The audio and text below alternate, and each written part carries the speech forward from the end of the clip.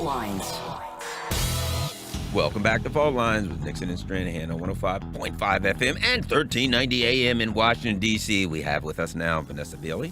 She's an international investigative journalist. Vanessa's, you can follow her on Twitter at Vanessa Bailey. Read her articles on mintpress.com. And, of course, she has a Patreon page, patreon.com/Vanessa Bailey. Good morning. Vanessa, you've done a lot of work on Syria, and there's some really important information coming out about the OPCW showing that there's been a significant disinformation campaign on Syria. Good morning and welcome to Fault Lines. Hi, good morning. Good to be back on. Yes. So now explain the situation with that, because even over here, even Fox News was covering this, Garland. Right. Tucker Carlson was all over it. Right. And I got to say, that's a big deal. And Tucker didn't go as far as I would have. But did you see his report at all, Vanessa? Yeah, I did watch it, actually, incredulously. I mean, what is extraordinary is someone like Tucker Carlson is picking up what the mainstream media should be picking up, and of course they're not, which is extremely indicative of their involvement in the obfuscation and the cover-up in the first place. Okay, so now what do we know? So this is about the Duma attack, correct? Yeah, it's basically the latest leaked email from a former or an OPCW scientist is discrediting the entire narrative that any kind of chlorine was used in the attack. And of course, the previous leak from Henderson discredited from the engineering report from a person called Henderson, discredited the dropping of cylinders onto the magical bed that didn't collapse under the weight of cylinders if they'd been dropped from the sky, as was suggested by the so-called experts working for NATO, such as Bellingcat, and by the elements of the OPCW report. So basically, without getting too heavily involved into the technicalities of this, what it basically demonstrates is that there is huge amounts of information that has been suppressed or omitted from the OPCW report. And this is clear corruption on their behalf, and demonstrates how much they are compromised by the primary member states that are funding them and supporting them and using them, of course, as an instrument against target nations, in this case, Syria and the Syrian government, led, of course, by the elected president, Bashar al-Assad. Well, Vanessa, one of the things I think, and I'll put this personally, that I'm really learning and really seeing, you look at the Organization for American States and what's going on with Bolivia, and you look at the OPCW, some of these organizations, Human Rights Watch, and you see that this kind of international Borg of neocons and deep staters, but I repeat myself, they're taken over and they're influencing. Basically, they want us to believe that there are impartial players who are just going to come in unbiased and look at these situations, give us a report. We're finding out that they're overthrowing, taking over, financing these people, and then pretty much directing them to say what they want. But luckily for us, there are some people involved who actually, have some level of integrity and are coming out. So what do you think about that position, I guess, or what I'm saying here? Well, yeah, I mean, I think I entirely agree with you. I mean, I've talked for a long time about the smart power complex, the NGO complex, that is governing our perception of these humanitarian wars. And in some cases, of course, leading us to give our consent, manufacturing consent for these interventionist wars, as we saw Amnesty International supporting the lies in Iraq and in Afghanistan, and of course in Libya, clearly showing that they supported the idea that Gaddafi's troops were high on Viagra and raping people in Benghazi, etc. Of course, what we never see also is any kind of dramatic public retraction of these stories. So they kind of stay imprinted in people's consciousness even after they've been disproved. And that is one of the huge powers of the media, even with the current revelations about the corruption of OPCW. of course, what's happening now is that the mainstream media who bought into this, like all were a part of it, are now circling their wagons around that narrative and are simply resorting to attacking the messengers of the leaked documents. And of course, this is a familiar tactic. What it does is to basically gaslight people who are maybe sort of going, oh, well, hang on, I thought the OPCW was independent. I thought Human Rights Watch was independent, into being a little bit afraid to run with that thought.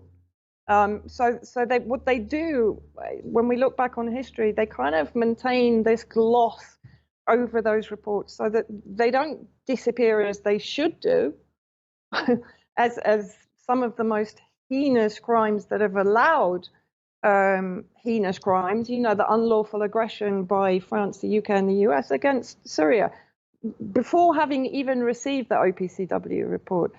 But now, perhaps more importantly, we can see how leaned upon the OPCW is. I mean, Bostani, who was, pressured out of his job previously over the Iraq weapons of mass destruction, is now also coming forward to defend the whistleblowers and to basically present his opinion also. So I think what's happening here, it's opened the floodgates a little bit. And then in my opinion, we'll be seeing more of these whistleblowers, more of these reports demonstrating quite how corrupted and non-independent or how compromised the OPCW is and was. And that must raise questions, of course, about all the previous evidence presented by the OPCW.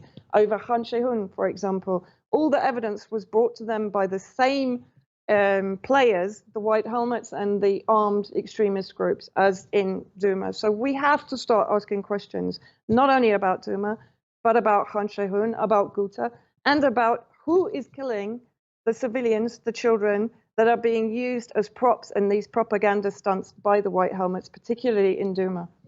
Okay, now, Vanessa, you bring up the White Helmets, and this latest leak on the OPCW came out through WikiLeaks, right? Yeah. Now, and by the way, it's important to note that even though Julian Assange is possibly, well, not possibly, he's in a lot of health trouble in Belmarsh prison. Yeah. Even though he's locked away in Belmarsh, it just shows WikiLeaks is still putting out good material. But let's tie in the White Helmets, Julian Assange, and this OPCW report. I want to ask you, I don't know if you have an opinion about this, but Amal Clooney is George Clooney's wife, and she's a attorney. She's a barrister, Garland, technically, in London. And she represents Julian Assange. But we've had Lucy Commissar on the show, and her connections, it's very interesting, for instance, that somebody, I just want you to think about this, Garland.